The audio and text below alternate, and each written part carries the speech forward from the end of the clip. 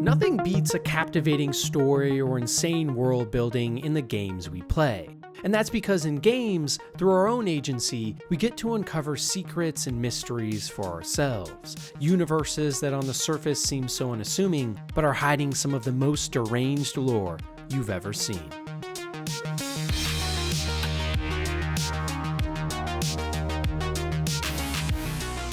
So today, I'm going to give you a look into the best of the best, and show you what it is that makes each so special and beloved in their own way. All franchises you are probably only scratching the surface of knowledge on, and trust me, things are about to get wild. Here are the games with the most insane and deep lore ever. Just one question. What if you miss? I won't.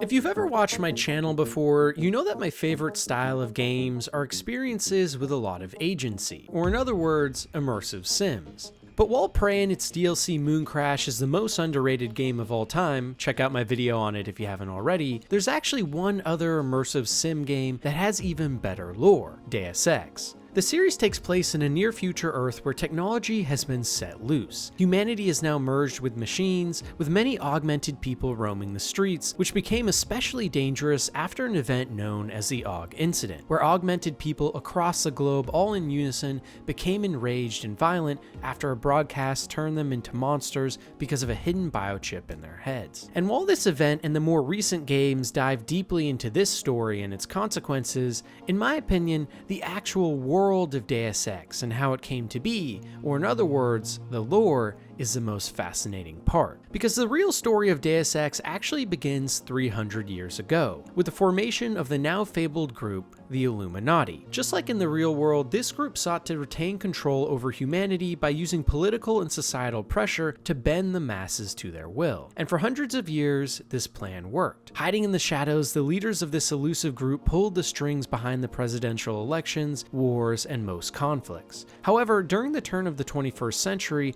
a great threat to the Illuminati and their power had developed: the internet. You see, the internet posed a great threat to the Illuminati because of its open and decentralized nature. Anyone, anywhere, could post anything. And because of that, in no time, misinformation and confusion became commonplace. The ease of access to information, regardless of whether it was true, led to people becoming conspiracy theorists en masse, and society as a whole was quickly changing. This destabilization of sorts made it hard for the Illuminati to retain control because the spread of information was so chaotic that it was now impossible for any one person or group to control it. So fearing the end of the organization as they knew it, the 5 main leaders of the Illuminati met to discuss what to do next. But because they could not come to a single agreed upon decision, one member named Bob Page took drastic action and betrayed everyone else, initiating a grand plan to once again move the Illuminati to the top of the food chain. First of all, Page, with the help of top scientists, created a pandemic called the Grey Death, which was developed and released in a Chinese research facility originally, leading to countless deaths and destabilization in the world, on top of a host of other contagions that were already wreaking havoc. Next, Page moved to consolidate power in the biggest government organizations similar to the United Nations, of which he had a high stake in each. And maybe most important of all, under the guise of making the internet a more welcoming and kind place, Page finalized the Aquinas Protocol, which instituted a hyper-intelligent AI called Icarus to be in control of the internet. And this was all under the guise of removing harmful posts and misinformation while actually retaining complete control over the spread of information and thought for the Illuminati. These massive moves from Page sent the world into utter chaos, but in the process allowed the Illuminati to take full control from governments and big corporations that had led us to our doom. And it's one of the most profound setups for a game series of all time, especially when you consider that this world was actually created back in the 90s, meaning the fact that a lot of these ideas seem so plausible or have just outright happened all the more insane. More than many other game series out there, Deus Ex is a commentary on what a dystopian future would look like with our modern day technology, and how humanity would be willing to surrender its own freedoms to become slaves to all powerful people and organizations we can't even see. And on top of this, so many of the predictions the series made ended up coming true, and are a huge warning sign for what we might expect in the near future of our real lives too. Or put differently, a game game series with a set of lore that not only is extremely fascinating to learn about, but also extremely concerning when applied to our real world as well. But also, it just allows for an amazing universe to explore, with futuristic locations and technology that have become so integrated into humanity, asking us questions about whether enhancing ourselves past what it means to be human is even worth it, and whether or not we lose what we were along the way. This isn't a world full of giant monsters that crawl out of black holes or have wings and fly. It's a world full of the monsters we see every day, evil organizations and other human beings alike that want to control our everyday lives. And maybe that's more insane than any other fictitious world out there could be. Well, I guess we'll find out.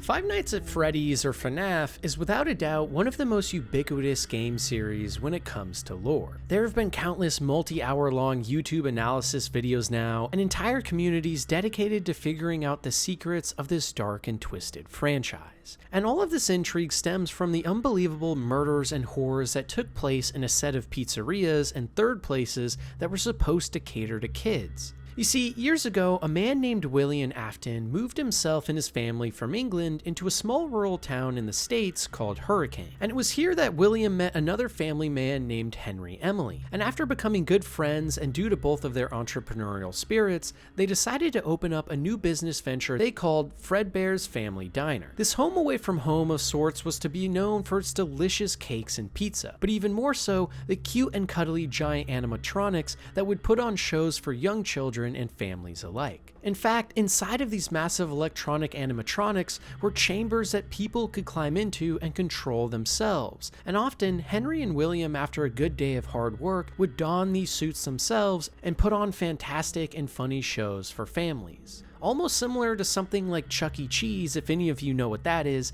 It's something that I grew up with as a kid myself and have so many distinct memories of. But you see, things at Fredbear's Diners were about to take a turn for the absolutely mental. As business began to boom, William and Henry opened up more and more locations, along with a spin-off property called Freddy Fazbear's Pizza, which also came with the creation of a whole new host of animatronics to cater to the younger crowd. But as William and Henry began to become more and more close, Henry started to discover something very, very wrong was going on with William. This strange man from England seemed to have multiple violent outbursts, and oftentimes would talk about extremely sadistic or horrifying things that he would potentially do to others, even children. So fearing for his only child's life, Henry designed a puppet animatronic to protect his daughter. But on one fateful evening, when she found herself locked outside one of the franchise establishments, William pulled up into the parking lot, got out of his car, and brutally mauled this helpless young child to death, all while the protector animatronic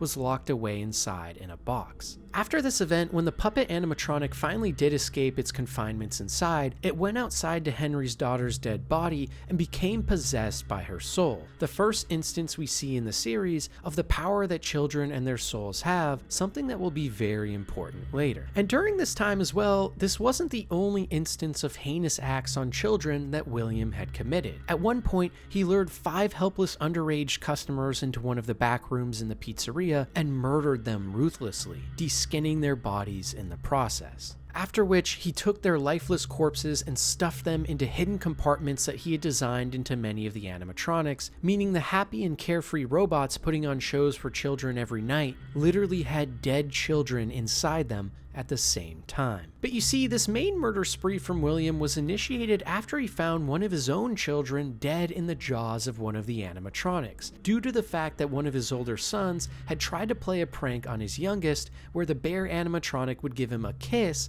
but during this, one of the springs broke and cut the small child in half, spewing blood everywhere. For someone that was already an assumed child serial killer, this event is what sent William off to the deep end, losing the one he loved most, family. And all of these horrific events eventually cascaded into the diner and pizzeria locations being shut down, as well as William himself losing his other high-paying corporate job, which caused him to go on to his newest venture, Afton Robotics, which he used as a front to kidnap children from their families and torture and kill them. Because William had discovered that whenever he killed a child, they would release a mysterious substance known as remnant, which actually gave William the power of immortality. This meant that by engaging in his favorite pastime, murdering children, William would also be granting himself an infinite life to commit more murders. And if you haven't already caught on by now, the lore in this series is absolutely and undeniably crazy. What on the surface first looked like a standard horror game with creepy robotic animatronics, over the years after countless reveals, has turned into one of the most horrific and terrifying stories full of evil world building out there. In the games, we get to explore these now haunted facilities in the small town of Hurricane and unveil more hellish stories of the events that took place, all while being chased around by creepy robots haunted by the souls of murdered children. And it goes to show that sometimes the least assuming of games are hiding the most twisted lore. And considering how massive the community and fan base of this series is now, it also sheds light on the fact that even when you make a series that is primarily focused on world building and lore, if that lore is deep and dark, it can make the game so much more beloved than even good gameplay or graphics ever could. After all, stories are a part of the human condition, and the more strange and macabre the stories, the more interesting they become, living on in our minds forever. And if you're looking for a spooky series like that, look no further than Five Nights at Freddy's.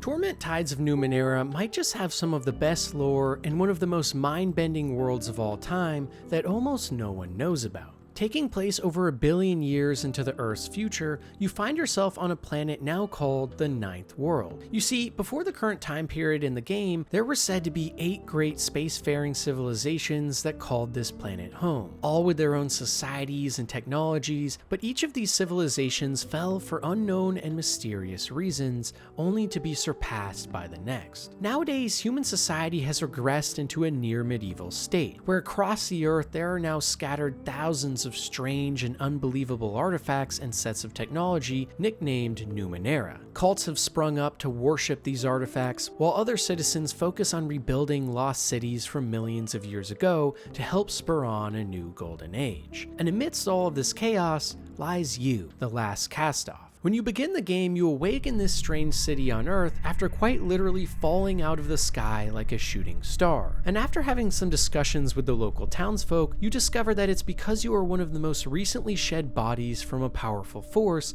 known as the Changing God. This one man, now coined a god, was able to reverse engineer old technologies to give himself the power of immortality by simply taking over and creating new host bodies to live in endlessly and shedding his consciousness from one body to the next as time went on. But because of this great power unearthed from this one individual, a formidable cosmic horror known as a sorrow is chasing him down to kill him, and this means killing his old cast-off bodies as well. So you were tasked with figuring out exactly who you were before, who you are now, and what the sorrow even is. And most interestingly of all, some of the biggest ancient mysteries of this undying world. And for me personally, I love lore and world building like this, where you slowly get to unravel mysteries that took place thousands or millions of years ago and reveal ancient technologies and civilizations that knew even more than we do now. It's the whole reason I think people in our real lives, like Graham Hancock and his theories on ancient apocalypses, draw so many eyes and attention. People just love the idea of long-forgotten ancient societies that suffered massive apocalypses, only to leave behind clues as to what happened. It hits at the heart of human curiosity, and it's so much cooler than the standard linear narratives of human progression we're often taught, regardless of whether or not it's actually true. And it's that same sense of curiosity and wonder of what's out there, the core of what makes sci-fi as a genre so cool in the first place, that makes Torment Tides of Numenera such an enthralling world to get lost in. On top of that too, there's so many interesting philosophical and technological questions asked with each step you take. And some of the places you go in the latter half of the game are astonishing, like the gaping maw of an interdimensional alien you comb through the depths of, or a spaceship stranded in the dark abyss of the cosmos, forced to build its own society that evolved differently over time. In addition, there's countless interesting sci-fi concepts on offer here as well, like the levies or police force of the main city. These levies are machine-human hybrids who are created by taking 1 year of life from any citizen looking to join the safety of the city's walls. These levies are machine machine-human hybrids, who are created by taking 1 year of consciousness and life from any citizen looking to join the safety of the city's walls, and using that consciousness to power these automatrons to protect and serve. In one mission in the game, you discover a levy who was given a year of consciousness from a man that had committed multiple murders without anyone knowing, and this meant that the levy was perpetually burdened with sadness and guilt and could barely withstand living, while the man had completely cleared his conscience, shedding the horrible year from his mind. And you can either help this levy gain a new year from that same man to end its pain, or decide that since levies are not actually human, that it doesn't matter anyways. And this is just one example of such a strange yet fascinating concept or idea that permeates this game's world and lore. At multiple points, you even come into contact with a massive cult of Numenera worshippers who eat human flesh in order to gain memories of the fallen, all in an attempt to preserve the histories of the world that were forgotten and lost before. And with each of these groups you encounter, big questions about what it means to be human, to be alive, or the importance of knowledge and sacrifice are questioned to you as the player, where your decisions can dramatically impact the world. And as a sucker for ancient civilizations, advanced technology, and big philosophical questions in the stories I consume, Torment Tides of Numenera is literally built atop these foundations. Even walking around the city or new locations you discover along the main story is so engaging, because everywhere you go you will find massive strange structures from Earth's past millions of years ago, and it really makes you think about what these other civilizations must have been like to create technology so beyond our comprehension. Sadly though, the actual game itself is honestly pretty boring to play, with less than stellar combat and a UI that looks like someone tried to physically hurt our eyes. But beneath that all lies a series that is home to one of the coolest sci-fi settings I've ever seen, and asks so many grand and thought-provoking questions for you to answer all for yourself. And by the way, while I wouldn't necessarily recommend playing this game like a lot of others on this list, if you are interested in hearing a full synopsis of this underrated gem, check out the full hour-long video I made on this channel. It's not one many of you saw, but I think a lot of you would love it.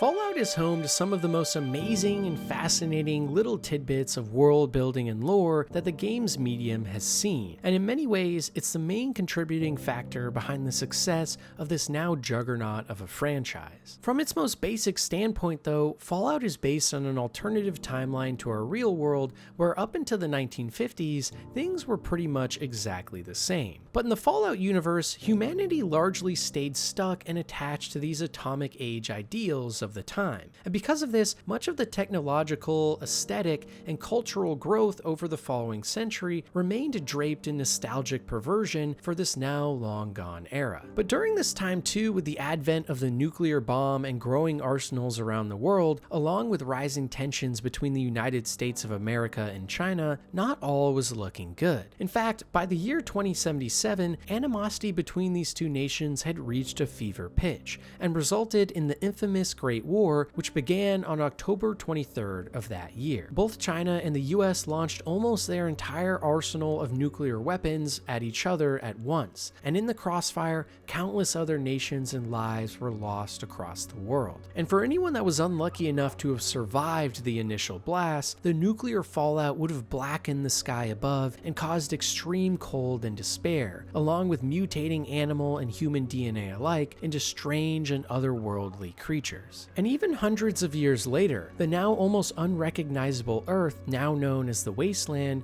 would be home to copious amounts of murder and evil, a quite literal hell on Earth for those of us still alive. However, maybe the most interesting part about the whole series isn't actually the bombs falling, but all the implications around it. And that's because before the Great War began, a mega corporation known as Vault-Tec, secretly in cahoots with the United States government, had set up 122 underground vault facilities that were meant to house and protect innocent civilians in the event that the bombs did fall. On the surface, these vaults were marked as safe houses in the event of catastrophe that simply served as shelters for food, water, and housing, along with a lot of community, all of which could be maintained for hundreds of years post the bombs falling. But behind this facade lied a much darker secret, because the vaults were actually being used as a set of testing facilities on human experimentation and torture. And in the first season of the Fallout TV show, it was even revealed that Vault Tech themselves intended to drop the bombs first at the start of the Great War. That way they could force innocent people into the vaults to run experiments on them for their own sick pleasure, and also the promise of a monopoly over the world and its people hundreds of years later. And some of these experiments were truly heinous, like pumping white noise or toxic gases into these vaults where no one could escape, murdering mothers and fathers, and then using their children as lab rats in genetic mutation, only to kill off those not physically or mentally strong enough in front of other children. Or even trapping residents inside virtual reality simulators, where the overseer or leader of the vault could kill them over and over again, only to wipe their memories and start all over. The strange and dark things that happened in these vaults are truly unimaginable, but also some of the most oddly fascinating stories to dive into. And without a doubt, they're what make the lore of Fallout so recognizable and ubiquitous. So much so that I actually even made a 2-hour-long video going in depth into every single vault we know about, so feel free to check that out too if you're interested. And overall, these vaults played a key role in every game, as they serve not only as the starting place, but also locations to find endless lore and intrigue to dive into in this series. And on top of this, there's so much more other lore in this series as well that takes it to the next level, like the Brotherhood of Steel, who are a splinter faction of the old United States military that has formed into a techno-fascist regime of sorts that scours the states looking for pre-war technology that they can hoard for themselves. Or what about the Enclave, the remnants of the highest levels of the government who are now shrouded in secrecy, but may even have been the key people that started the Great War, all in a bid to escape from Earth on a massive spaceship and find a new home planet after they knew the world was doomed from upcoming nuclear annihilation. Some of the older lore revealed from the original creators of the series even paint some potential pictures where the Enclave themselves may have been behind the vaults, and the reason the experiments seemed so random and over the top is because all of these experiments were being done to help with deep space exploration for elites who knew the world would end. And just when you thought it couldn't get any crazier, there are even other problems in the wasteland years after the devastation, like the proliferation of FEV, or the forced evolutionary virus, which was created in lab testing trying to develop human resistances to Chinese synthetic contagions, which resulted in a virus that can literally change human DNA and mutate us into giant horrific monsters that eat human flesh and shout obscenities. Overall, Fallout is as insane and depressing as it is wacky and whimsical, and the endless gore and killing in conjunction with the happy robots and 50s era charm results in a world that is unlike anything else out there, with some of the coolest and deepest lore you can find.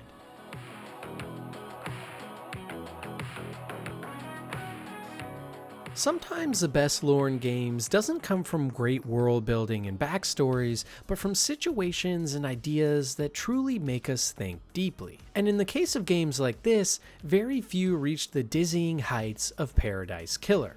Set in a late-stage dystopia thousands of years in the future, the game sees you playing as a member of what is called the Syndicate, a group of immortal alien beings that have garnered their insurmountable power from a set of cosmic gods they pray to. And through their divine authority, the Syndicate has been designing what they call paradises, artificial islands that are meant to give birth to perfect utopias, where the Syndicate's rich members can forever live in luxury and happiness. But in order to retain this power, the Syndicate must commit blood sacrifices and mass genocide of the less fortunate, in order to appease their grotesque rulers. And this has resulted in now countless paradises falling apart and turning into utter chaos, forcing the Syndicate to once again, through the power of their cosmic gods, tear apart their islands and start anew. In the game, you are playing during the fall of the 24th Paradise Island, with many in the Syndicate wanting to move on to the next sequence quickly, but they're being stopped due to an ongoing murder investigation going on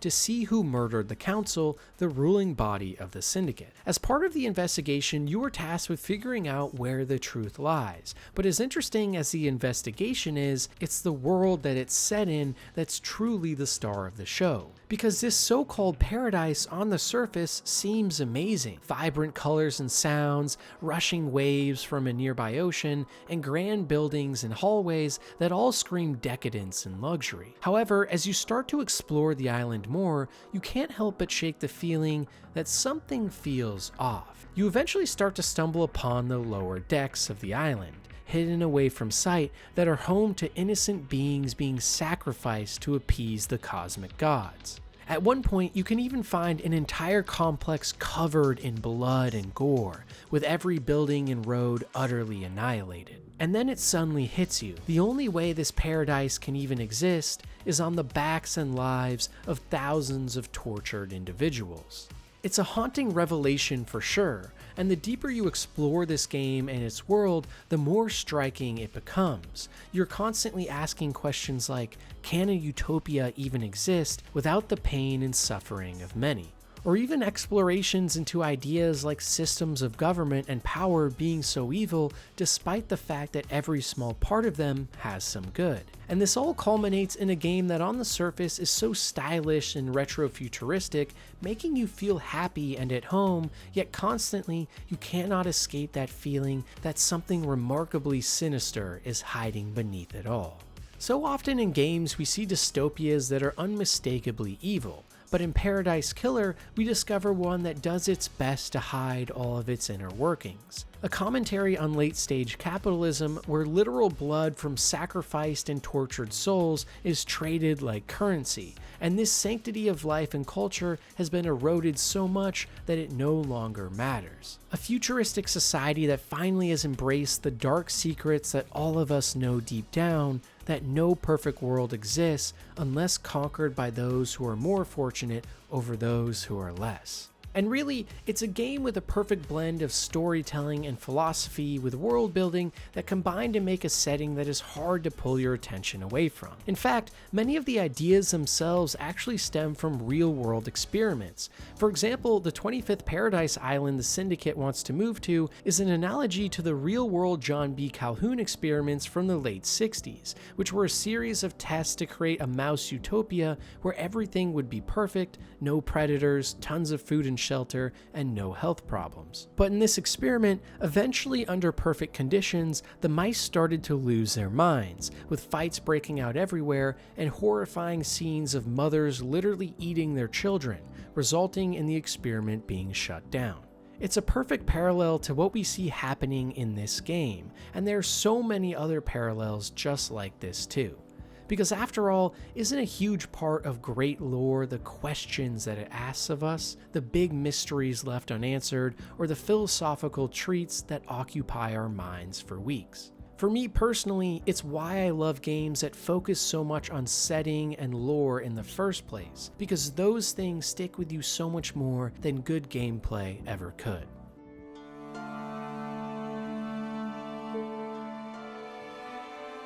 The Witcher series is one of the most beloved fantasy realms in all of the gaming sphere, but for most people, their extent of knowledge of the universe starts and stops at Geralt and killing cool monsters. But behind this admittedly awesome setup is an even more insane and crazy world. 1500 years before Geralt was even born, the most important event in the history of the series took place, known as the Conjunction of the Spheres. And it was here that what was previously an infinite set of parallel universes and dimensions collided into one another in a fury of cosmic fusion. Some scholars in the universe believe this was purely a natural and rare event of the universe that happened by pure chance, while others argue that it was a deliberate act caused by some unknown higher powers or entities, like a society of all-powerful flying unicorn gods that can travel between time and space.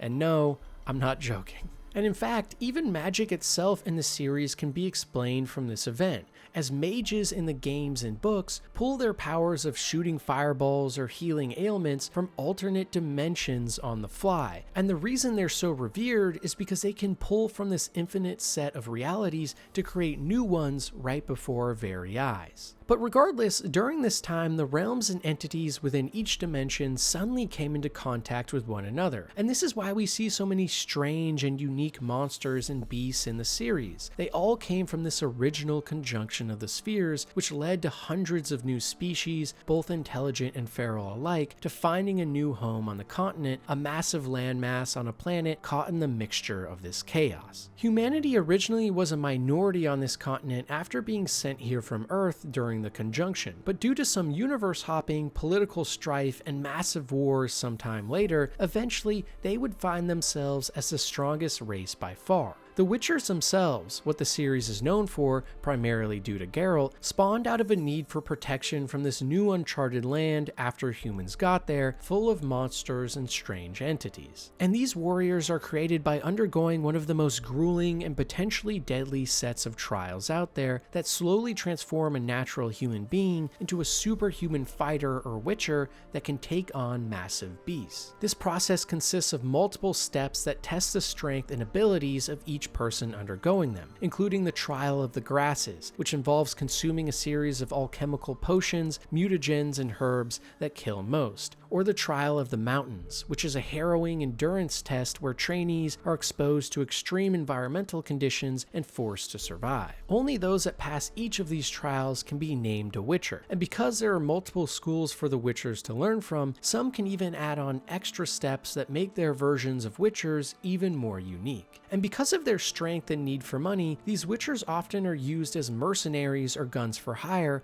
who find themselves intertwined in some of the most high-profile events happening around all of the regions of the continent, of which there's many. And for me, these other regions might actually be the most interesting part of the entire Witcher series and lore, because unknown to many players, there is so much more out there that we've never seen or explored, with rumors of entire new races and species to the east of the massive mountain ranges, or entire new lands with aliens to the west across the Great Sea. And because of the conjunction that took place over 1,000 years before we play, the possibilities here are quite literally endless as to what we could encounter in this series, seeing as anything from another dimension is possible. There could realistically be a future where Geralt is using a machine gun and nuclear bombs to fight an alien threat in space. Certainly something that would probably piss off a lot of the core fanbase, but it fits into the lore perfectly well. And when you add on top of that adversaries and allies like Ciri that can travel through different dimensions and warp space-time around themselves on the fly, you start to see that the Witcher series is so much more than meets the eye. This isn't just another run-of-the-mill fantasy world with dragons, medieval castles, and damsels in distress. Sure, there's all of that too, but along with that is some of the most insane and deep lore for any set of game series out there. For me, it's the perfect example of the kind of lore I love in fantasy games, where on the surface you can enjoy a beautiful world that seems familiar and nostalgic, yet beneath it all are tales and ideas that almost fit better in a big sci-fi epic. And also, for those of you who want an even deeper dive into The Witcher specifically to learn about the entire history and timeline of the world, check out the iceberg I made where I talk about it for over an hour.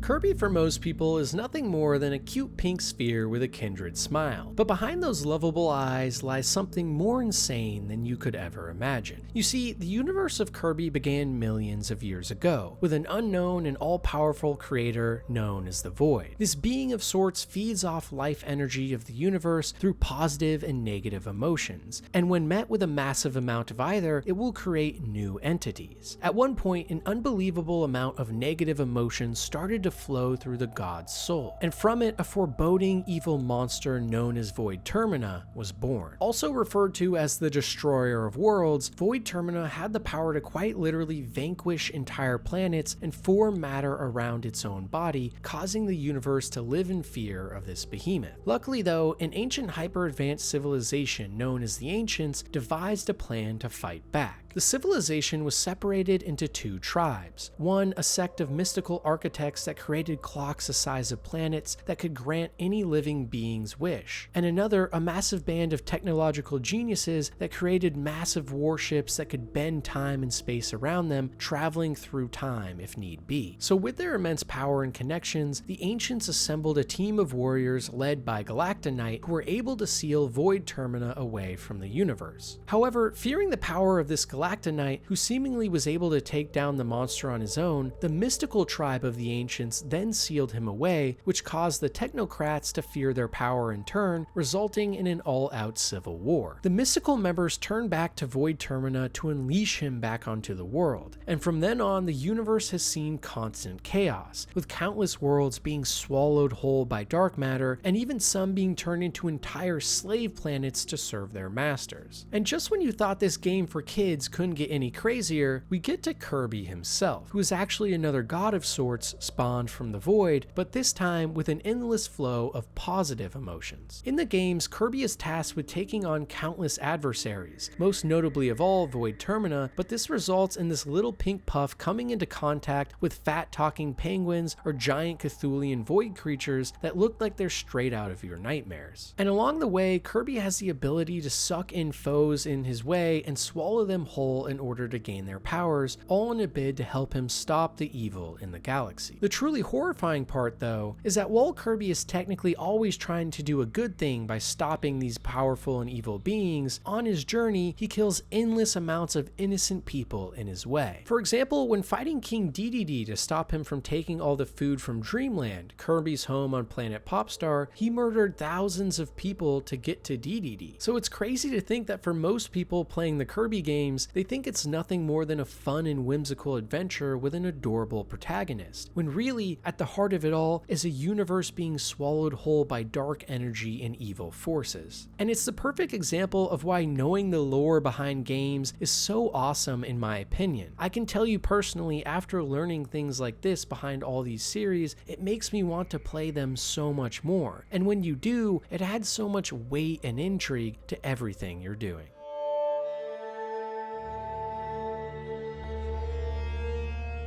The world of Tyranny takes place in a continent known as Tyrannis, split up into multiple massive zones of influence, all with their own forms and customs. And across these zones, an intellectual and technological revolution is taking place, uplifting the people from the Bronze Age into the Iron. But along with this ongoing societal progress, the world too is full of what can only be described as magic. Massive spires and old walls reaching into the sky and spanning miles across the lands seem to give off a strange energy and power that no one understands. And all that we know is that hundreds of thousands of years ago, an ancient civilization built them and seemingly conquered the world. It's such an interesting and unique setting for a game, where not only are we watching the transition into the Iron Age take place firsthand, but we also get to dive into the mystery of lost civilizations and political strife as we play. And it really makes for a world that has no other equal out there. Regardless though, when you actually begin the game, things are going horribly. Over the past 400 years, a godlike figure known as Kairos has amassed an unstoppable army and swept across this great land, taking over everything in his or her path. This great leader of sorts is shrouded in mystery as to who they even are, but what we do know is that the majority of their power comes from what are known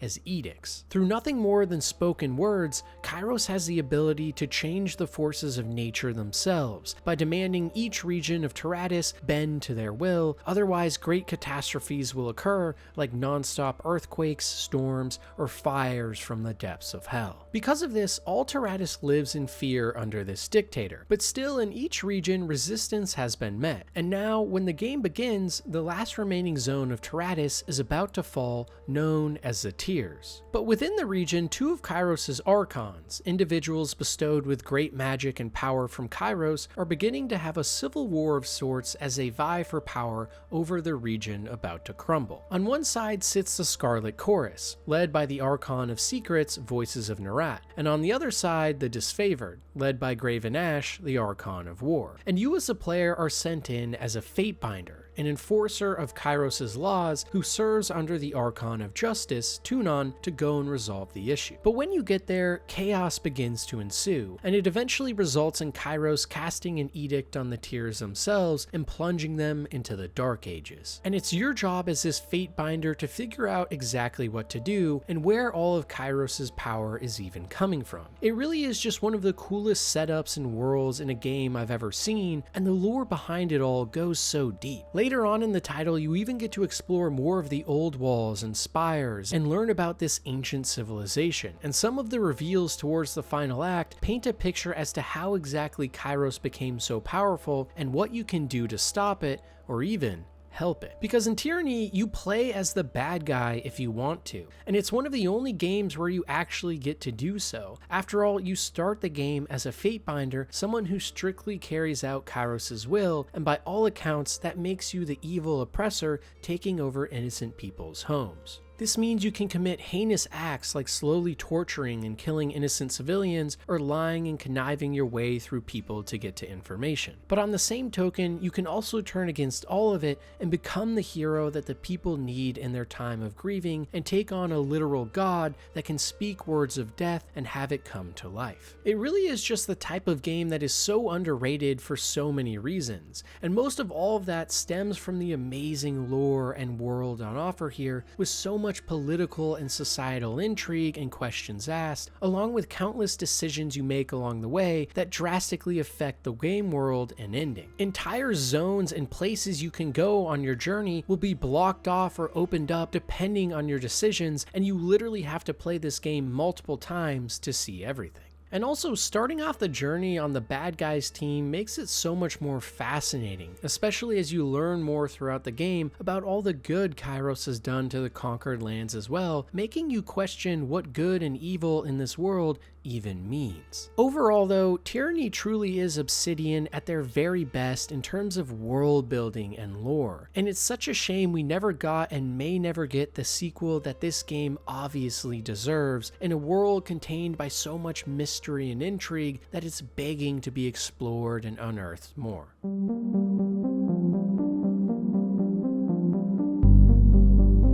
When you think about great RPG or role-playing games with amazing lore, it's almost impossible not to stumble upon something from BioWare in the early 2000s. Series like Knights of the Old Republic, Jade Empire, Dragon Age, and in my opinion, by far the most captivating of them all, Mass Effect.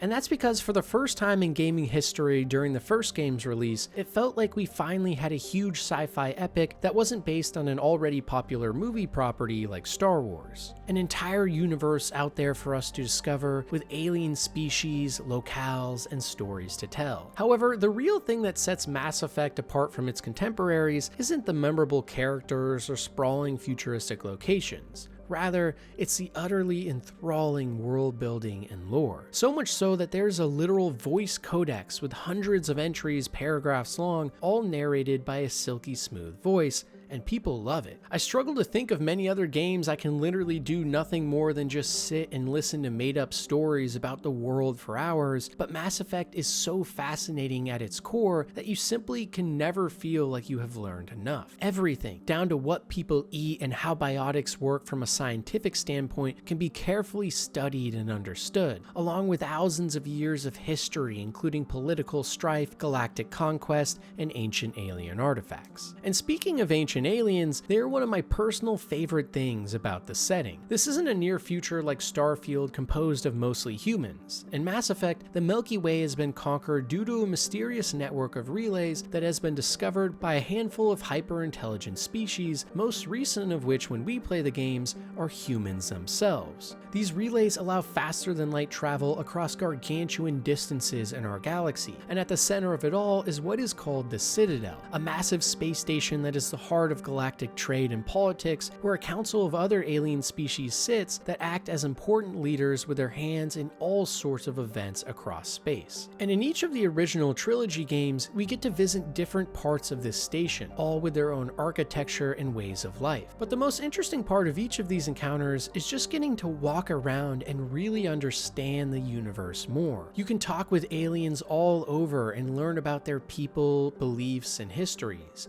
You can read data terminals full of the biggest events in the timeline of the world, or simply bask in the glory of this hulking station full of so much life you've never seen before. And this sense of wonder only gets greater as you explore more and more of the universe. You can fly between multiple solar systems full of stars and planets, and for each of them, you can once again look into the history of every planet and the people that live there, or scan them for materials to look for upgrades. The best planets though are those we actually get to land on and run missions. places like Noveria, Vermeer, Palaven, Mars, Ilium, Thessia, or even Earth's very own moon. And each of these many worlds is home to either massive cities we get to explore outside the Citadel, or missions full of lore and world building that is top-notch. For example, in the first game, you get to visit a haunted planet called Pharos, with buildings that reach high into the sky well above the clouds that have been abandoned and left desolate after a mysterious creature called the Thorian has been discovered when a race of intelligent machines called the Geth attack. Innocent human beings are being turned into mindless husks, and amidst the chaos lies a creature millions of years old that has the power to mind control its hosts and have them do its bidding. On a completely different mission, on a snowy planet like Noveria, you stumble upon an ancient race of bugs called the Rachni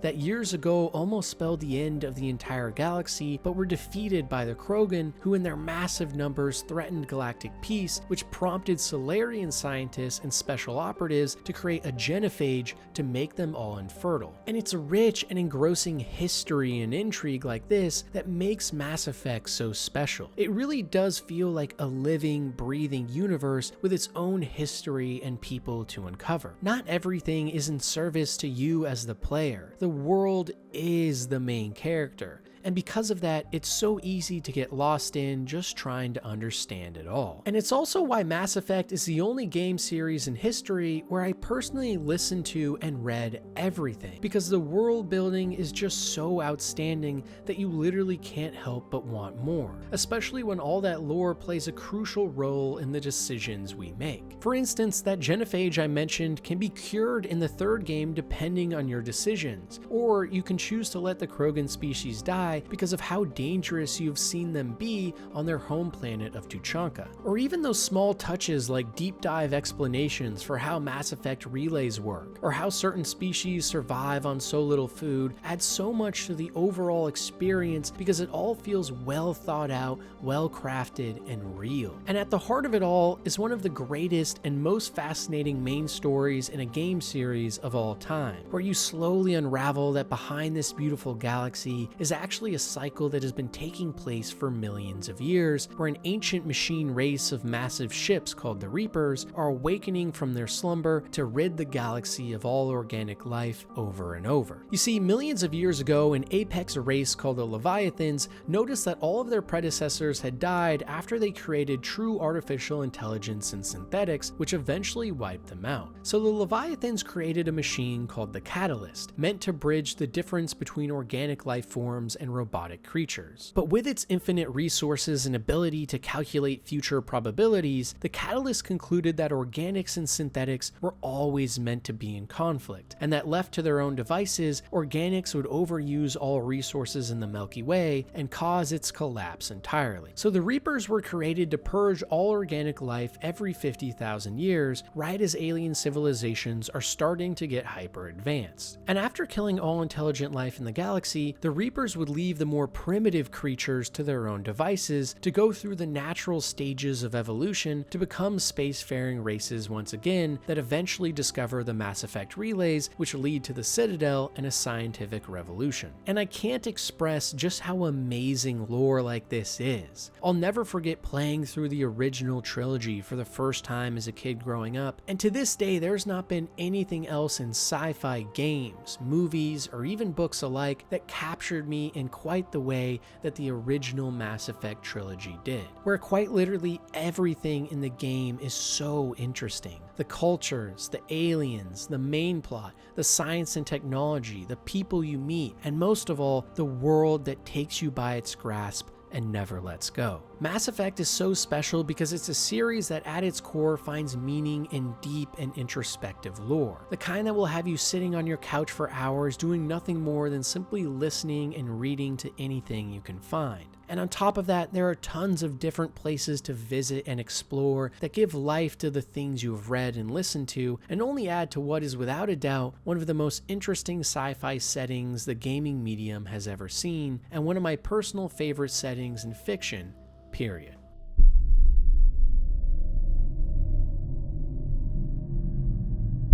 Remedy Entertainment is no stranger to games with psychotic themes and mind-bending sequences, and considering almost all of them are now part of a bigger connected universe, things only get more wild the more you look into them. But for me, none of the series in this now expansive ensemble, including Alan Wake and Max Payne, hold a candle to the amazing world building and lore behind Control. And that's because Control focuses primarily on the Federal Bureau of Control, or FBC, a top secret US government agency that has been tasked with investigating so-called AWEs, or altered world events. These events are supernatural and paranormal phenomena happening all around the world, often involving objects of power which are normal everyday items possessed with what can only be described as magic. Things like telephones that can time travel or communicate with entities from the past, an ashtray maze that changes its structure over and over as you move through it, or a floppy disk that can telekinetically lift objects around it. And in order to study these strange objects, the FBC has been tasked with traveling to locations in which the phenomena can be found, often called places of power, and conducting research into what's behind it all. One of the most notable places of power is what is called the Oldest House, the headquarters of the FBC, located in a massive skyscraper in New York City that is only visible and available to those who should see it, part of its dark paranormal nature. Inside this massive Brutalist-inspired dungeon is where you find yourself in the first game, and it serves as the stomping grounds to uncovering more of what's really going on here. The walls and interiors are plain yet striking, and feel as if everything around you was built with a simple yet strict purpose. But dotting these beautiful and unique interiors are also a host of enemies, all stemming from the antagonistic force of the series known as the Hiss, some sort of interdimensional alien presence that has invaded the Oldest House's walls. Every single room you come into feels like a horror movie beginning to start, but that quickly changes when combat hits, and you get to use some of the powers gifted to you in this misunderstood place to tear apart the foundation around you and hurl anything in sight at monsters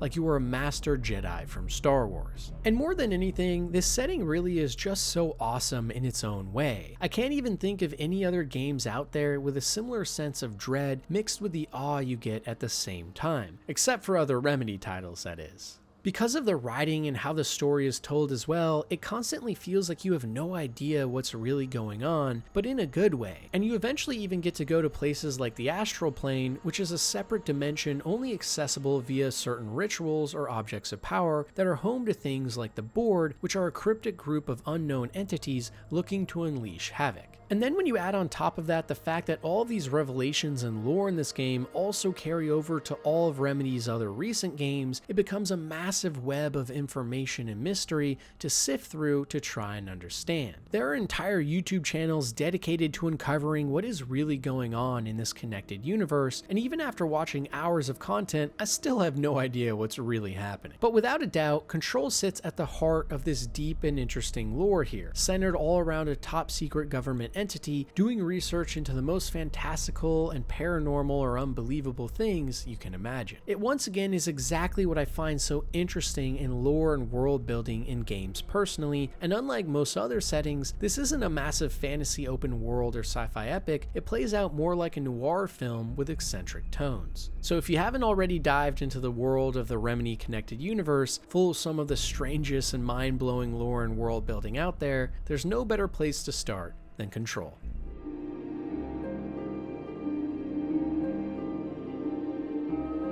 Few series are as pervasive and far-reaching as The Elder Scrolls from Bethesda. Taking place over 5 mainline series games now, with a 6th on the way, along with many smaller spin-offs, the world of Tamriel has played host to countless memorable quests and storylines. But throughout each of the games that include a variety of combat, stories, and races to play, there may be no better feature than the series' seemingly unending and utterly fascinating lore. So much so that sitting down and listening to hours of deep dives into quests and theories about the games can oftentimes be even more fun than actually playing the games themselves, and that's because from the ground up, Elder Scrolls was built to capture our imaginations. The continent we play on, Tamriel, is a small part of a much bigger planet called Nirn, which itself is part of the mortal plane known as Mundus. Across Nirn lies many other continents we have never explored, like Akavir to the east, which is home to giant serpent and lion men who wage war and trade, and to the west across the vast sea lies Yakuta, original home of the Red Guards and Sinestral Elves, who are characterized characterized by their flashy outfits and gold they don.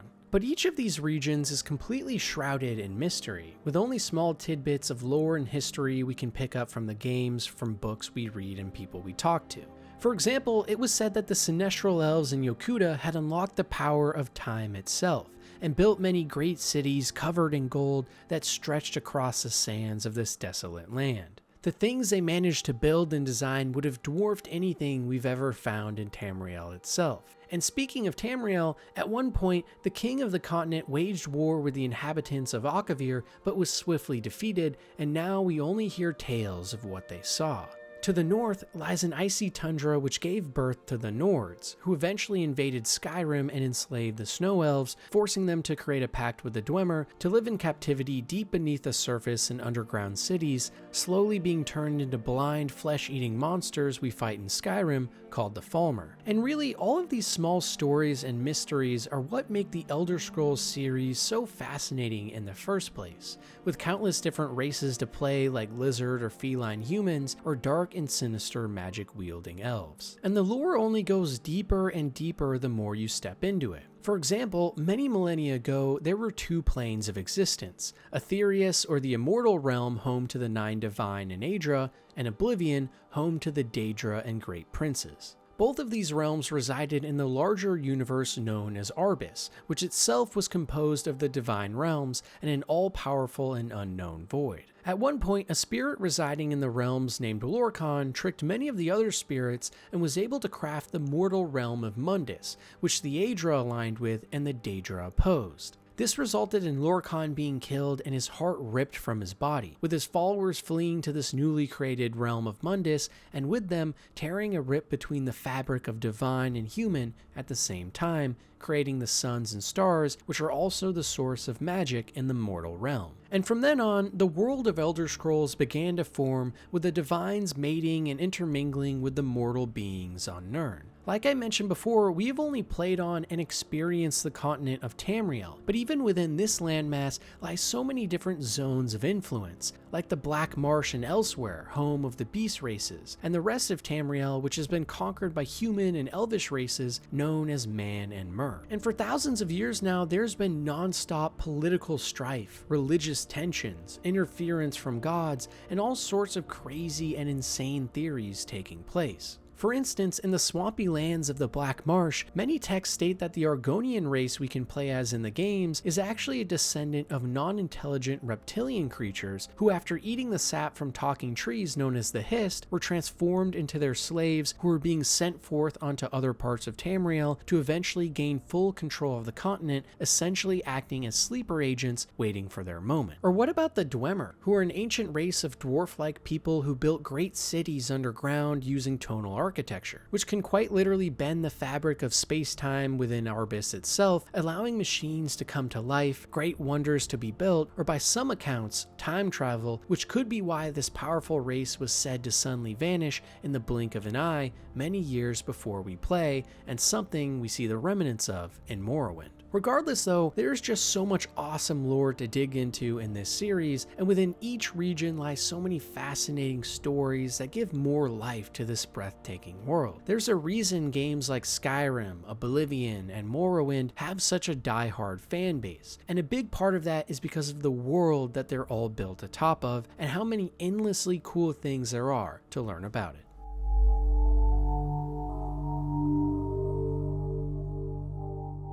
Nowadays, Myst doesn't quite have the same popularity it used to. It was a revolutionary puzzle point-and-click adventure series back in the 90s, which was less focused on arcade fun and more on intense logic puzzles that made you think. But what a lot of people might not know is that similar to, say, the Witness series or the recent Talos Principle games, there's a huge amount of insane lore behind these puzzles that only gets crazier the more you dive in. In the series, you get to control someone known as the Stranger, who is helping a man named Atreus uncover a great mystery. 10,000 years ago on Earth, an ancient civilization known as the Dani started to create massive underground cities and caverns full of strange puzzles and secrets to unearth. But even more interesting than any of that, you learn from Atreus and his son Gen that the Dani are a hyper-advanced civilization that had discovered a secret method of formulation called the Art. By using the art, the Denis are able to craft novels using holy symbols that, when combined in exact equations as a foundation for life, can spawn entirely new worlds. Or in other words, the Denis were writing books that created new universes, which they called ages. In fact, when the Denis arrived on Earth thousands of years ago, it was not them arriving, but rather them spawning our entire existence from nothing. In the games, we get to travel to some of these unique and peculiar ages, and in them solve puzzles to uncover what's really going on, as well as the mysteries of the main story. And as you walk through many of these now failed worlds, you learn about how the Denis were revered as gods in these lands, which makes sense considering that they quite literally are in a sense. But on top of that too, you learn about how the Denis have been wiped out by a great disease that was spread on Earth, and that the only way to get them back may be to once again create a great new age for them to prosper in. It's such an awesome concept for a game series in general, and lends itself to so much fascinating lore about different ages the Denis created, along with history about their own culture, which you get to see traveling through their massive networks of caves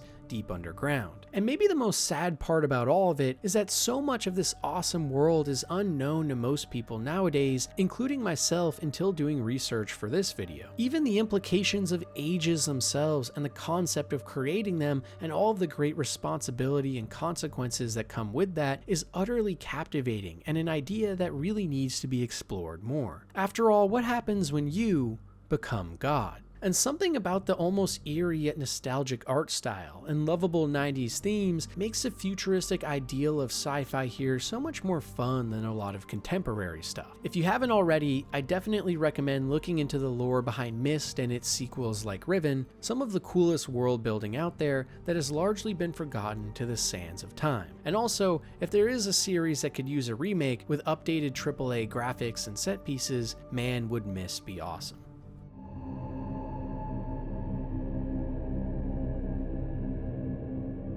It almost feels like cheating putting a series like Warhammer 40k on a list like this, and that's because this universe and all its rich lore started back in the 80s with tabletop and books, and for decades since, countless stories and additions have been added on to this utterly captivating fictitious world, which is now one of the most well-known out there. So well known, in fact, that its reach has sprung well into the realm of games as well, with now countless different spin-off series or mainline entries that give us a deep dive into one of the most hardcore and unrelenting sci-fi dwellings ever. The universe of Warhammer itself began 60 million years ago, when massive powerful beings known as the Old Gods began to see different worlds in the universe with life. These strange beings got their powers from another alternate side dimension known as the Warp, which is a realm born of nothing but pure energy and emotional chaos. However, at this time, the warp itself was quite tame, and in many ways served as a beneficial dimension of raw power to form life. With time, though,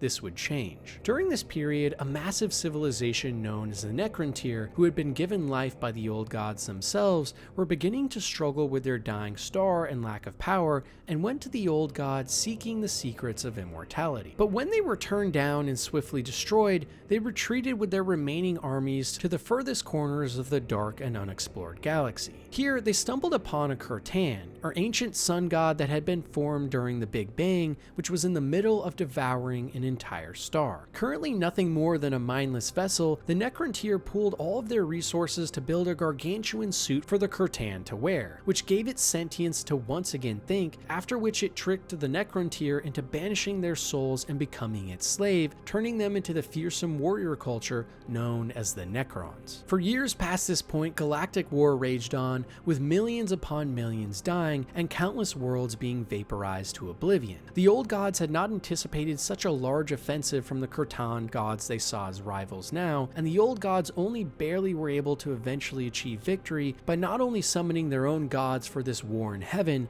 but tapping into the powers of the warp as well to use it offensively. But because the Kirtan were gods of reality itself, destroying them would destroy reality, which meant that instead they were simply beaten and imprisoned to submission. And with that, the Necrons decided that they could no longer best the Old Gods, and their leader, known as the Silent King, gave an order for them to hibernate for 60 million years, only to come back when the civilizations of the present had weakened themselves out of pure hubris. So for millions of years, the Old Gods and eventually their predecessors, the Elders, kept a firm reign over the galaxy, literally committing mass genocide in order to cull any species that seemed dangerous, which even led to the creation of dumb and fearsome space orcs we see in the game nowadays. Eventually though, the Elders' great civilization began to fall, because the leaders became naive in their easy lives, and many of the population was becoming bored, which slowly led to massive blood sacrifice orgies where entire worlds became host to the most debaucherous acts imaginable in order to keep people entertained. And just like with the fall of Rome, this moment of weakness led to another conflict that would end the Elders as we know them. Around this time, humanity was reaching a new golden age, which by the way in the Warhammer 40k universe takes place in our same timeline. So while Earth and humanity was advancing, all this crazy stuff in other parts of the universe was happening at the same time. At this point though, humanity had discovered something known as the warp drive, which allowed them to quickly traverse through portions of the warp to travel faster than light, which allowed us to colonize thousands of planets quickly, and in no time our power grew. This eventually led to us finding and coming into conflict with the Elders though. And on top of this, a massive event occurred where our artificial intelligence robots turned against us and started killing people. And to make a bad situation worse, the Elders had caused even more problems within the warp, which cut off large portions of humanity from one another as they could no longer traverse the warp to get to other planets, limiting trade and leading to the death of many off-worlds. And also, because of the new instability of the warp, many humans started to gain strange psychic abilities and powers and became known as Psykers, who would often be taken over by space demons to cause chaos. All of these problems eventually led to humanity's darkest moments, where a giant nuclear war began on Earth, or Terra. And in this fateful moment, the only thing that could save them was a human being god hybrid who came to be known as the Emperor. This man, born through blood sacrifice even before the time of Christ, took over as the supreme leader of humanity in order to save them from their doomed state. And capitalizing on his opportunity, he created a super powerful army of space marines and their armadas that would venture into the galaxy to destroy the Elders and take on anything else in sight. And honestly, from here on things get absolutely insane, with so many different ages and events taking place, as well as new races and wars that are so notable. After all, there's a reason that this series is called Warhammer, and that's because the universe is in a constant state of conflict that is bloody, fierce, and unrelenting. But throughout it all, the lore on offer here is just so amazing too, with many deep explanations of sci-fi concepts and ideas that more than most series really focus on the fantasy aspects as well. It's one of the things that makes the Warhammer series so special as a franchise. It feels like the deepest sci-fi and fantasy world you've ever seen at the same time, with a whole lot of blood, sex, gore, and rock and roll. It's an 80s nerd's fantasy at its best, and for me, especially after playing games like Warhammer 40k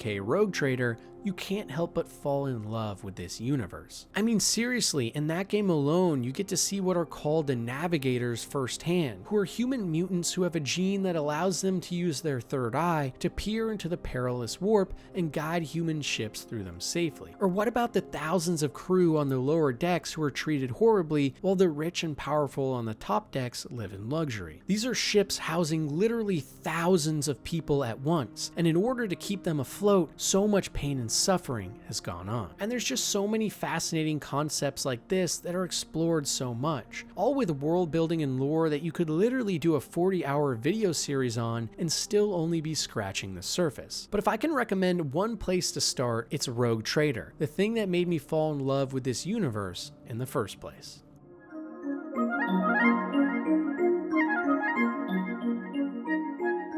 If there was one specific type of world building and lore that I love in games, I don't know exactly how I would describe it, but what I can say is that it's exactly whatever the heck Caves of Qud did, one of the most underrated universes of all time. Many millennia into the future, humanity on Earth has made great progress, with countless technological advancements that have led to a new golden age. One of the most notable human factions, known as the Eaters of the Earth, have made first contact with a galactic union of aliens known as the Coven, who with their great power and influence, advance Earth and her inhabitants forward tenfold. Massive cities were built, an unstoppable army was assembled, and life for everyone seemed to prosper for as long as time could spin. But then, a chilling discovery was made. Top researchers and scientists, after years of rigorous work, had stumbled upon the edge of mathematics as we know it, dark calculus. The proofs that this new form of mathematics applied were exact and precise in their execution, but upon being proven, they would immediately at the same time disprove themselves, almost like a quantum entangled particle or cat in a box that only held its state upon being observed. But this time, that flimsy and infinite state was the fabric of the universe itself, and the implications meant that dark calculus could be a discovery that would turn all of understanding of our reality on its head, or in other words, the end of it all. Afraid of this, the Coven, composed of many great alien civilizations, enacted an immediate ban on research or testing using dark calculus. However, this didn't stop one eldritch being in the Coven, known as Ptoth, from working on more equations. This eventually led to his imprisonment, where he was banished to Earth to be watched over by the Eaters of Earth, who kept him locked away deep underground. However, for unbeknownst reasons, it seems either due to Ptoth's influence or some other inexplicable event, Earth was abandoned by the Coven. Something had taken place that angered the alien gods, and because of this, humanity was banished to hell. As to exactly what happened, we don't really know. Whether it was a massive war or a foreboding apocalypse, Earth somehow fell back into the medieval ages. So in the game, you get to play on this now apocalyptic Earth and scavenge through ancient technologies and war weapons that have been left dormant, some of which even imply the doom of humanity was actually a great ice age. But nonetheless, regardless of the truth behind humanity's great fall from the Golden Age, even getting to sift through all the lore in the game to try and uncover small tidbits of what happened is just so riveting. Like when you stumble upon ancient alien technologies or previous human civilizations who had reached much greater heights with science beyond our wildest comprehension. And when you add on top of that systems like the mutations, which are enhancements you can take as a player character that grant you extraordinary abilities, it's just so awesome. It also reminds me of Torment Tides of Numenera a little bit. And just like that game, you also in Caves of Qud get to really dive into the potential tech behind these things, with potential explanations being that mutations are ancient human top secret weapons or alien artifacts that can mold time and space itself. And more than anything, Caves of Qud is just one of those games that is begging to be explored and analyzed, where every step you take is across a world that has seen thousands of years of advancement that was stripped away, or machines and buildings built from alien hands you no longer get to see. It makes the world feel so alive and lived in despite its now 2D apocalyptic nature. And it's just one of those series that once you start thinking about it, you can't get it off your mind. And at the end of the day, isn't that what great lore and world building is all about?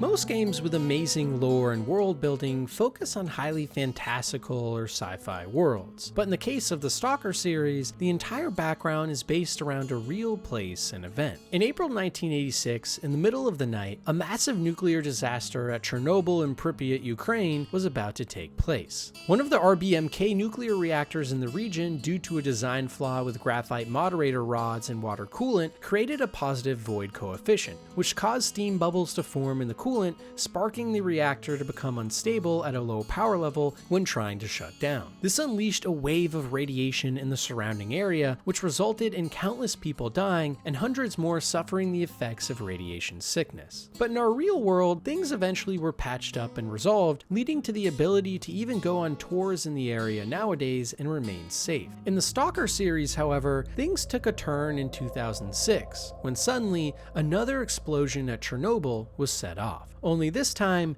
radiation wasn't the only thing to be concerned about. You see, in the games after the original explosion in '86, a large group of influential scientists hatched a plan to do some studies on highly advanced and top secret research they were conducting. Codenamed the Sea Consciousness Project, deep inside the radioactive zone of Chernobyl, for almost 20 years, this group conducted cutting-edge research into creating a global mind capable of controlling humanity. The ultimate goal of the project was to eliminate all negative emotions and conflicts in the world, so that disasters like Chernobyl after the creation of nuclear weapons could never happen again. And in order to achieve this ultimate goal, the scientists in Project Sea Consciousness ran many lab tests and psychedelic phenomena to better understand the human mind, eventually leading to test guinea pigs that could move things with their mind, hear and speak to entities in different dimensions, and a whole host of weird physics interactions that were previously thought impossible.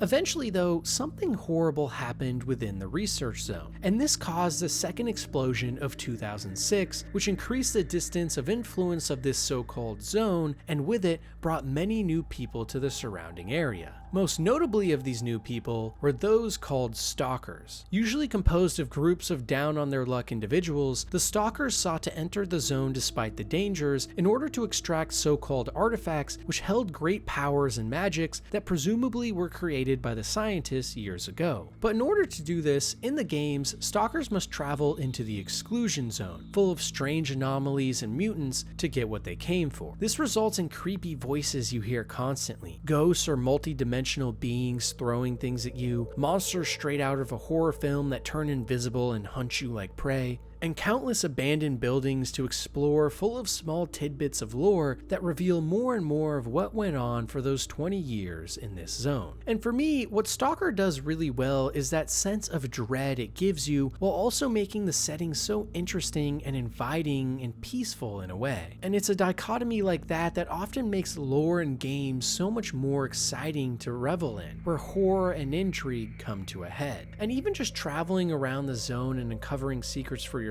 in a place where the fundamental laws of physics itself had broken gives a sense of exhilaration that few series have ever managed to capture.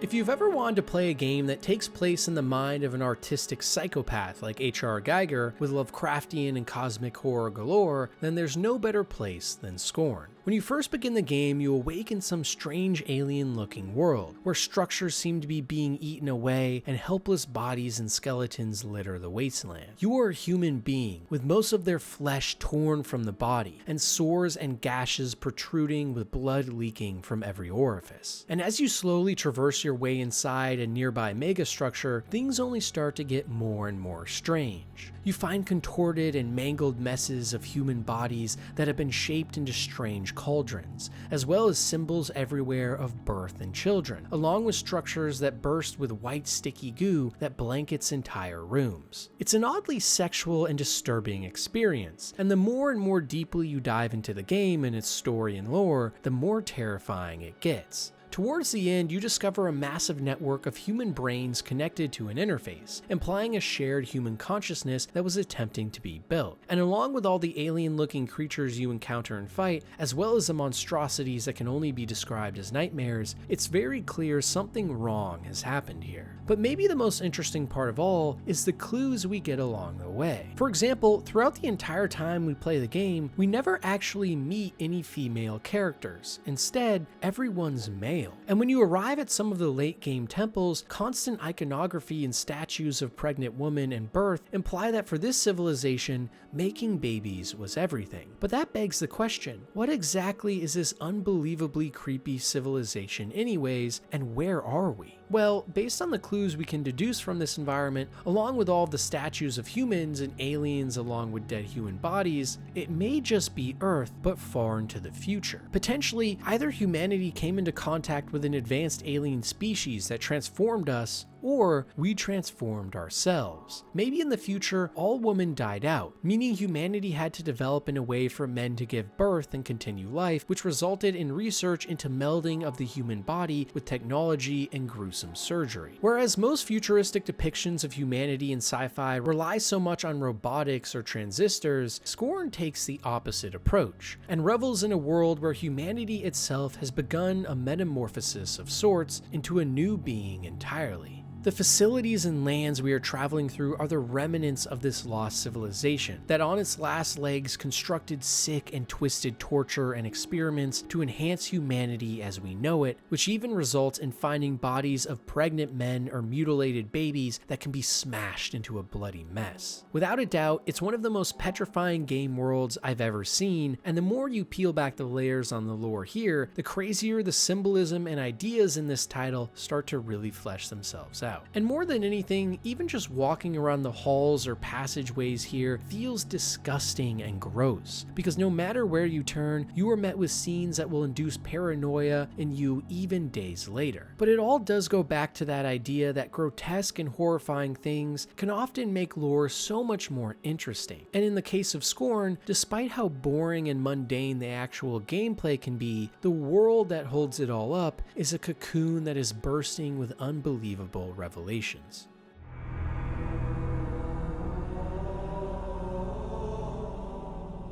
Halo is one of the most well-known and recognizable game series of all time, and that's for good reason. Iconic heroes and villains like Master Chief and the Arbiter, roaring set pieces that see us literally flying into armies of massive super weapons, or manually guiding bombs ourselves. Gameplay and moment-to-moment action, which are some of the best the FPS genre has ever seen, and multiplayer offerings like Infected and Forge that cemented Halo as one of the all-time greats. But even with all these accolades, there's one more thing about Halo that is utterly amazing, and it's something a lot of people don't even know about, or if they do, they only have surface level knowledge of how deep it goes: the lore. You see, millions of years ago, an extremely powerful alien species known as the Precursors first made contact with the Milky Way galaxy. These beings of massive importance, while still not understood in most aspects, were thought to be gods of sorts that would travel from one galaxy to another, seeding life. And when they came to our galaxy, they created us, humanity, along with another group of aliens called the Forerunners. The Precursors themselves relied on what was called the Mantle of Responsibility, which they saw as their duty to protect and preserve life, which is why they moved around the galaxy creating so much. But as the Forerunners quickly grew in power, this mantle was transferred from the Precursors to the Forerunners, as they entrusted them to treat the galaxy with care. However, as time went on, it became more and more clear that the Forerunners would not be a good shepherd, and that rather humanity, with their focus on empathy, should be entrusted instead. This changing of the guard from the Precursors angered the Forerunners, and using their technology which they had based on Precursor artifacts, the Forerunners waged war with their god creators, showing that they weren't all powerful after all. After eventually winning this battle and besting humanity as well, the Forerunners began to build massive cities over the corpses of dead Precursors, while the remaining ones that survived escaped into deep space. But you see, the Precursors had one last trick up their sleeve. For thousands of years, under the feet of the Forerunners, the Precursor bodies decayed and transformed, molding into a fleshy goop that would eat all life around it. And with time, this birthed an entirely new consciousness and being into the universe, known as the Flood. These heinous monsters rose from the ground like undead and multiplied into millions in an instant, devouring entire planets and killing millions of Forerunners in a bloody massacre. As war raged on for years and years, it became more and more apparent that the Forerunners were fighting a losing battle, and that the Flood was the greatest threat the galaxy had ever seen. Realizing they had no other choice, a massive set of doomsday weapons were built called the Halo Rings, which when activated would purge the galaxy of all sentient life. On these rings, many captured Flood specimens were studied, and entire ecosystems were built to house the Forerunners and their people. But when the time came, the rings were called upon, and in a blinding light, a majority of life was instantly vanquished. But as part of the protocol, the Forerunners also sent pods to seed the galaxy post the Halo Array initiation, and the main things they were seeding was their old rivals, humanity. This new civilization of humans, known as the Reclaimers, are the humanity we see and play as in the Halo games, and during this period, a new seeded alien civilization called the Covenant makes contact with humans as well, which eventually leads to another giant war. Spartan super soldiers like Master Chief are trained and experimented on as children and eventually become 7-foot-tall killing machines. And on the Covenant side, great warriors with swords would don their armor and slaughter on the battlefield. The Covenant themselves also worshipped ancient Forerunner technology and saw them as gods, which they aimed to please in what they called the Great Journey. Sadly though, this eventually led to the Flood being unleashed once again during the Human Covenant War, which showed both races that neither of them were the biggest threat in the galaxy. And well, that's what we mostly experience in the games, along with a lot of other story beats specific to Master Chief and his journey. But overall, for me, it's so fascinating seeing all the lore behind a series that before, I only played for the shooting as a kid.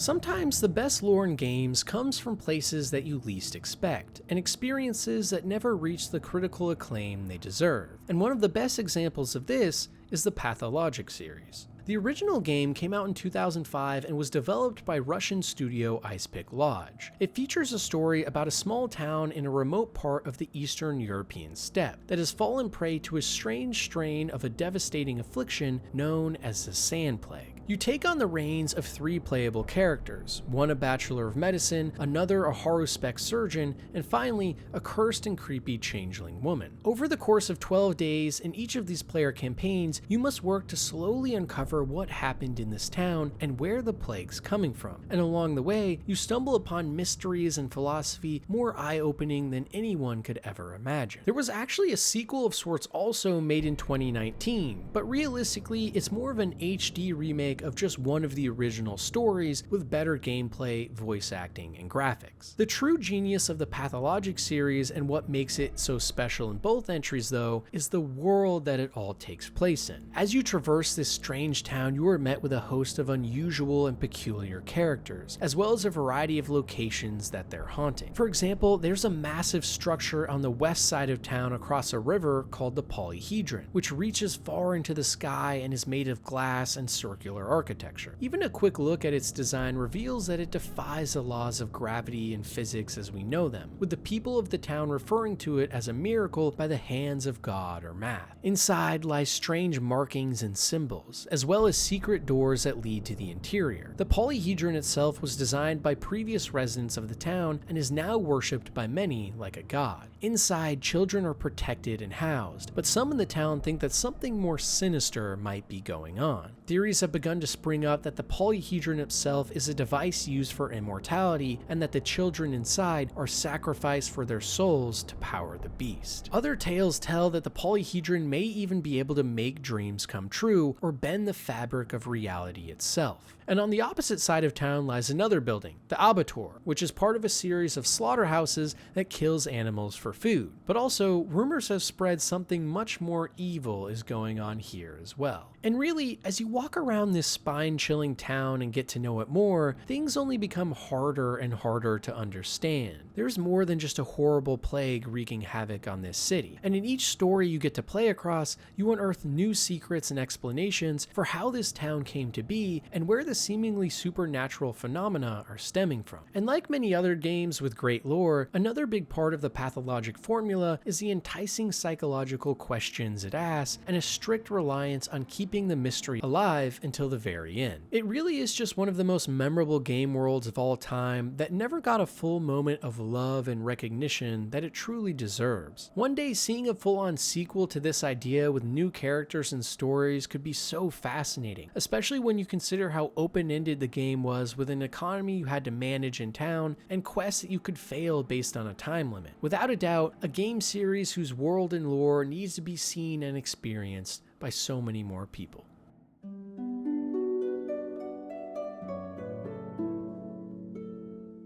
I've never really been a big fan of JRPG games or any Eastern style media for that matter. I found the way in which characters and stories are portrayed in every anime I've watched too foreign, and no matter how much I've tried, games like Final Fantasy or Persona never seem to keep me interested past 10 hours. Or at least that was until I found out about Xenoblade Chronicles, because without a doubt it has some of the coolest lore for a video game series of all time. On Earth, at the beginning of the 21st century, a strange source of magnetic abnormal matter was discovered in the heart of Africa, and it kicked off everything that this series becomes. Upon retrieval of this unidentified artifact and with further study, the striking revelation is made that it's actually the world's first ever perpetual motion machine. Or in other words, a device that can run endlessly with no external inputs, the holy grail of engineering and physics. And on top of this, it also had capabilities to open wormholes or gateways to other dimensions, all feats that just years before seemed like science fiction. As expected, this quickly led to mass hysteria and questions as to where the device came from and for what purpose. So the United Government of Earth created a space elevator called the Beanstalk that carried the artifact into the first low orbit station above Earth's atmosphere. You see, at this time, Earth was encapsulated by 3 massive rings connected to space elevators, each forming entire cities and biomes that humanity called their home away from home. And on top of placing the artifact in these highly secured space zones, the world's resources were also pulled together to create a super intelligent AI collective known as the Trinity Processor. Gaining its own free will through multiple forms of consciousness that could speak to one another, the Trinity was in charge of guarding and managing the artifact, which was now being referred to as the Conduit. But as always happens with stories like this, things didn't quite go according to plan. A rogue faction of humanity looking to use the Conduit for their own goals tried to launch an all-out assault on the orbital space stations to gain control, and as a last-ditch effort, the Trinity Protocol initiated one of its most extreme measures. By activating the Conduit itself, Trinity was able to emit a massive wave of energy that in one fell swoop destroyed the Earth, and in the process destroyed the fabric of dimensions and time itself. Almost all of the human race was destroyed in the blink of an eye, but for those that did survive, they were caught in this chaotic primordial soup and cast into different dimensions where they were forced to survive.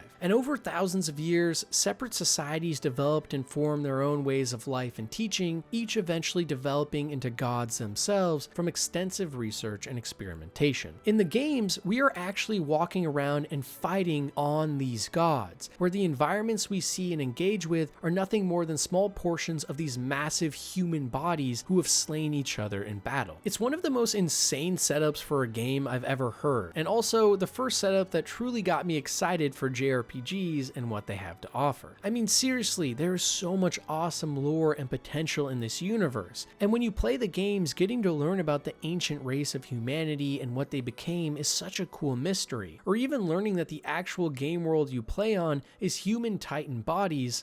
What a reveal. And it also lends itself to a lot of fascinating sci-fi concepts and ideas that I haven't seen in a ton of Western media, which are fun to explore in their own right. Because even if you are someone like me who tends to not enjoy JRPGs and what they have to offer, reading about a world as deep and fascinating as one like this should be up almost anyone's alley.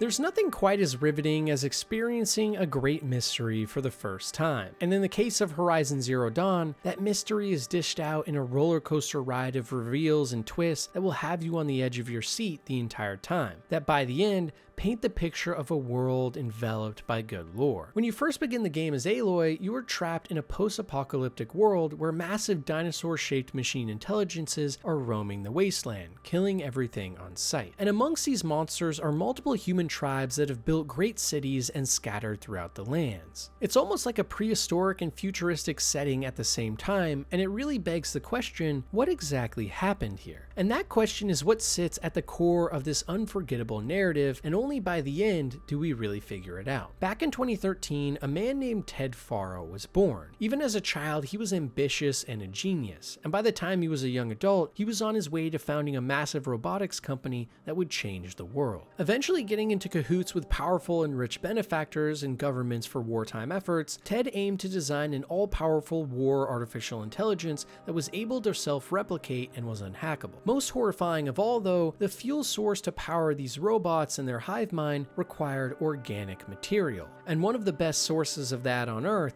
was humans. As if no one could have possibly predicted it, these robots went rogue and quickly started attacking humanity. And because of how advanced they were in their ability to quickly replicate and grow, the human race as we know it stood no chance. So as a last-ditch effort, Project Zero Dawn was proposed, a measure that realized that while current-day humans were utterly doomed, maybe some future civilization would still have hope. Designed to come alive hundreds of years later, after the robot overlords had ruined the entire planet and stripped it of all organic material, an artificial intelligence named Gaia was to awake once the robots died and begin the seeding of the Earth all over again from square one. Along with Gaia, she was also given a handful of subroutines that would be in charge of different functions for repopulating the Earth with humans again. But most concerning of all was a subroutine named Hades, whose only job was to, in the event that the Zero Dawn project did not work, completely reset Gaia and have her start over again with no pre-planning, having to come up with new ideas to save humanity. When the robots that Ted had originally created eventually disappeared, Gaia awoke and began her pledge to save the world. Small robotic dinosaurs were created in her core that were sent out into the world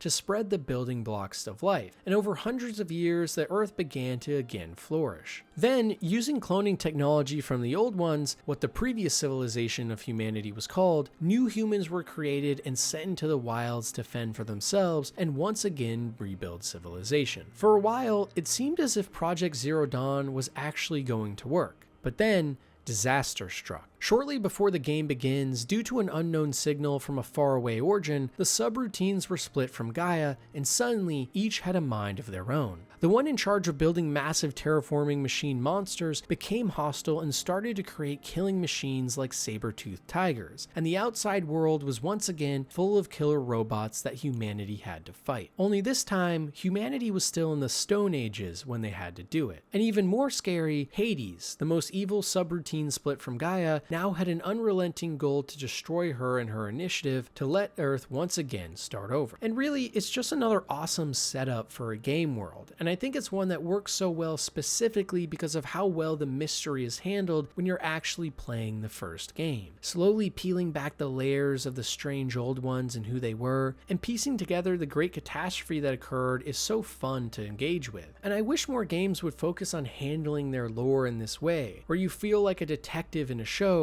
with the stakes getting higher and higher with each reveal.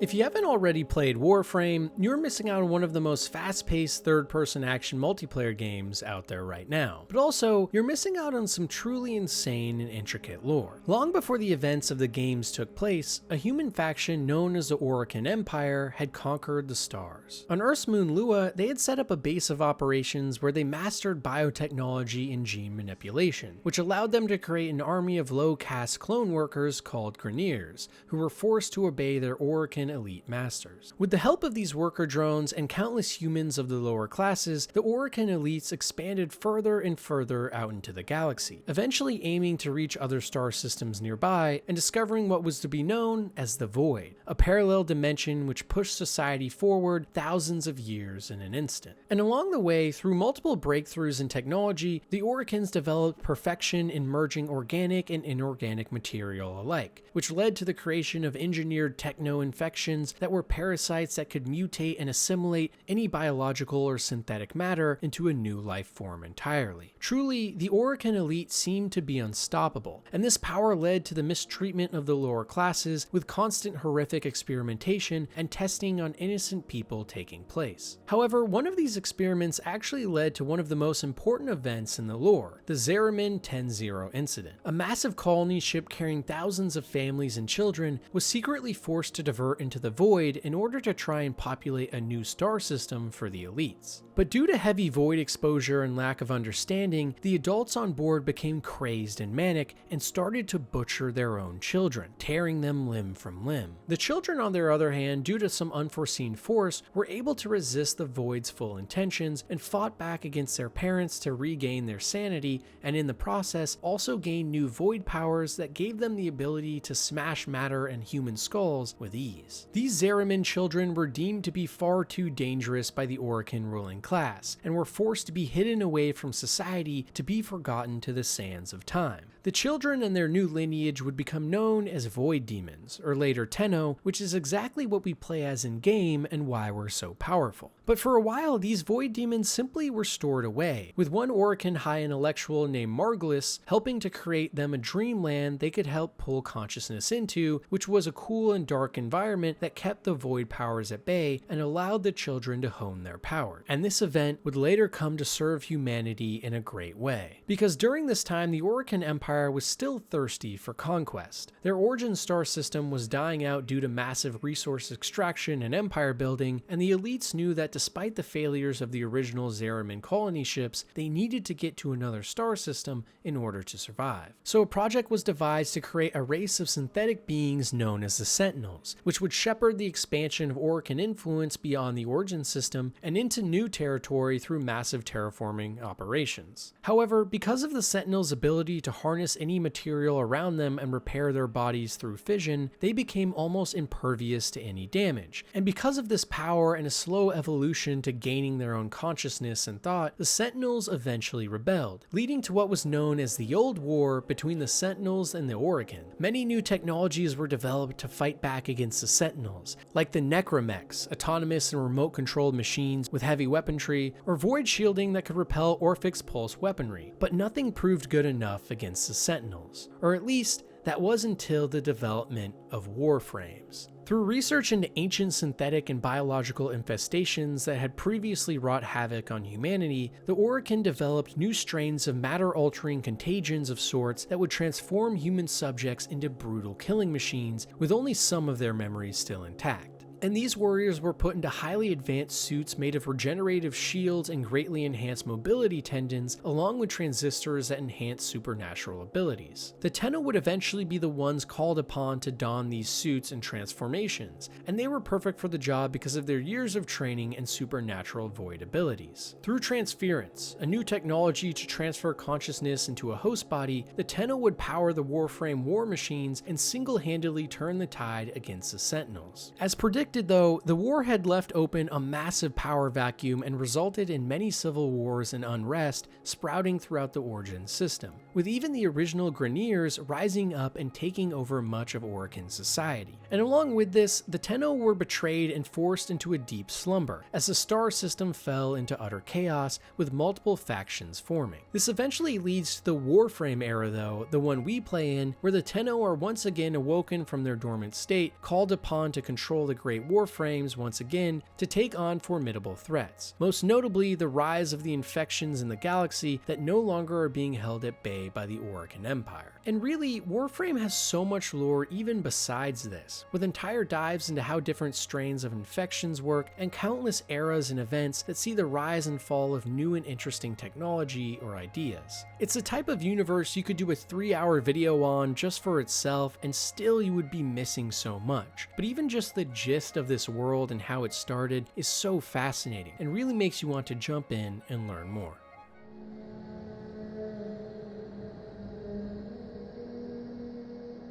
For someone like me that absolutely loves good lore and world building in games, you think I would adore FromSoft's series. The thing is though, while they are home to some of the coolest and most unique lore out there, they are also home to some of the most convoluted and hard to parse narratives you can play. I love a good mystery just as much as anyone, but when that mystery comes in the form of endless books full of nothing but riddles, or environmental and character storytelling that is vague to the point of absurdity, it can get a little tiring. Having said that though, Bloodborne specifically has such an insane backstory that you can't help but be enthralled by it regardless. In the game, many years before we play, the Chalice dungeons we enter for loot were home to a great and lost civilization, whose makeup consisted of the Tumerians and the Great Ones. The Great Ones were massive brutes and beasts that looked like a mismatch of different alien species and held great power. And because of how unique and dominant each of them were, they sought to keep their lineage going by producing offspring with the Tumerians. The cycle continued for some time until a great event occurred of which we know little about. Seemingly, a handful of the Great Ones started to die, while others transcended into something even greater, beyond comprehension. And after this great schism, the Tumerians were left alone to fend for themselves, but because of a great plague known as the Plague of Beasts, presumably caused by the blood of the Great Ones, this ancient civilization was desecrated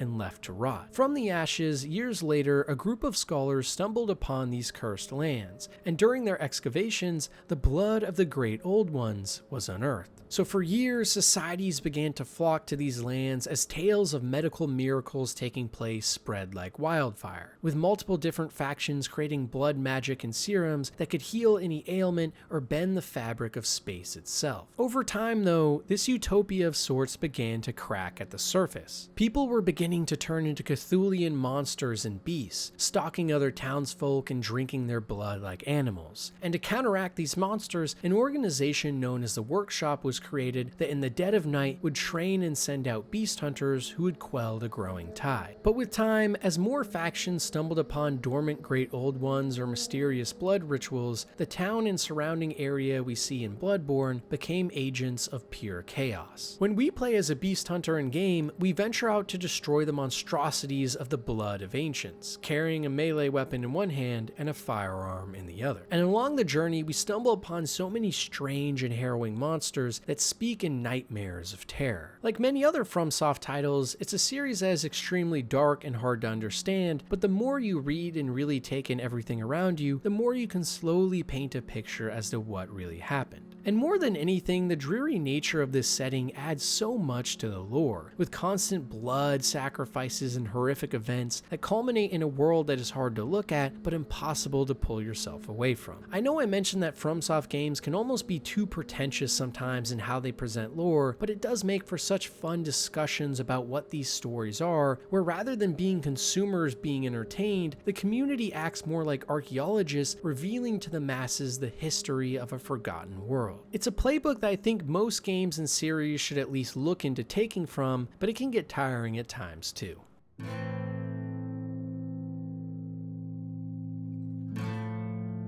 For those of you that don't know, Cyberpunk 2077 is my favorite game of all time, and a big part of that is the amazing and immersive world. But no game world like this can be so immersive without some awesome world building and lore. And that's because the story of Cyberpunk 2077 actually begins in the early 1800s, when the original dynasties and families that would eventually give rise to megacorporations hundreds of years later were born, including many notable giants like Arasaka. But 1989 was the actual year things really kicked into gear. Secretly, behind the backs of the United States government, the FBI, NSA, DEA, and CIA all banded together to form what they called the Gang of Four, and with their power and influence, started to run the US behind the backs of the president and legislative and executive branches. Now pulling the strings, the Gang of Four attacked South America in an all-out war due to their own interests. And because of all of the casualties and injuries, massive amounts of spending were put into cybernetics and drugs to help the veterans. Sadly though, this war, along with many other conflicts around the world, led to an all-out collapse of society. Colombian drug lords, pissed at the never-ending death, launched a small nuclear bomb at New York and killed thousands, which in conjunction with engagements across the world set the stock market into a complete freefall in 1994, wiping away a majority of humanity's wealth. In this now chaotic world in pure disarray, the biggest companies around the globe started to band together to help, which resulted in them only becoming more powerful and influential, the beginning of the mega corporations' rise to power. Natural disasters all over the world started to erupt around this time as well, with an earthquake putting a third of Los Angeles underwater and droughts in the Midwest leading to food shortages that starved millions. To top it all off too, in the early 2000s, a deadly plague broke out which threatened a majority of Earth's population, and with everything going downhill fast, drastic action had to be taken. The mega corporations once again stepped up and created new technologies like the net to try and make communication easier, but this only meant more and more power for those evil corpos. And with all of this newfound power, the organizations also began to amass huge personal armies, which then cascaded into all-out corpo wars that led to even more devastation across the world. Gangs which had already formed in almost every major city became more and more powerful, and the Earth as we know it was on the verge of complete and utter annihilation. But as they always had, the corpos managed to gather even more influence by promising salvation. And essentially, this process of mega corporations becoming more powerful continued over and over through multiple wars and even space battles, and eventually resulted in the setting we've come to know from the game itself, where we play as V in Night City in California. And it's in the game we get to explore so many different awesome ideas like cyberpsychosis or cybernetic implants that cause people to go crazy, along with the evolution of the net and the Black Wall specifically, which serves as a protective barrier to the net to keep out rogue AI that might even be working with extraterrestrial beings that are helping them take over the universe. It's just such an insane backstory for the whole game, but along with that comes so many deep explanations and displays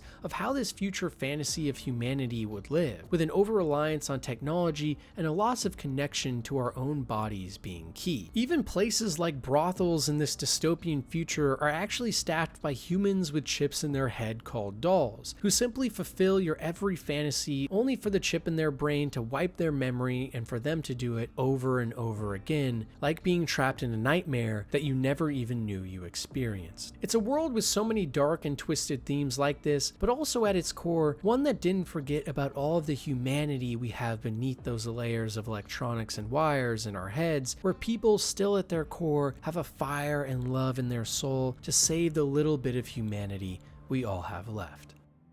But as always, thank you guys so much for watching and taking the time to support my content and channel. And let me know down below what series you think has the best lore. And if I didn't include it here, tell me why it's so awesome. I'd love to check out even more that I've never played or heard of. After all, I only touched the surface on all of the lore in the games on this list since I wanted to highlight so many. But maybe in the future, I can do some really deep dives on specific games. Let me know if that's something you guys would be interested in. Because at the end of the day, to me at least, nothing is better than a game with a world worth getting utterly lost in, full of stories and adventures that tap into the deepest hero in all of us just wanting to go out on an adventure. And while gameplay, graphics, and even characters will change and improve over time, great worlds full of amazing and insane lore, well, those never get old and will forever stand the test of time as they have from Homer to now.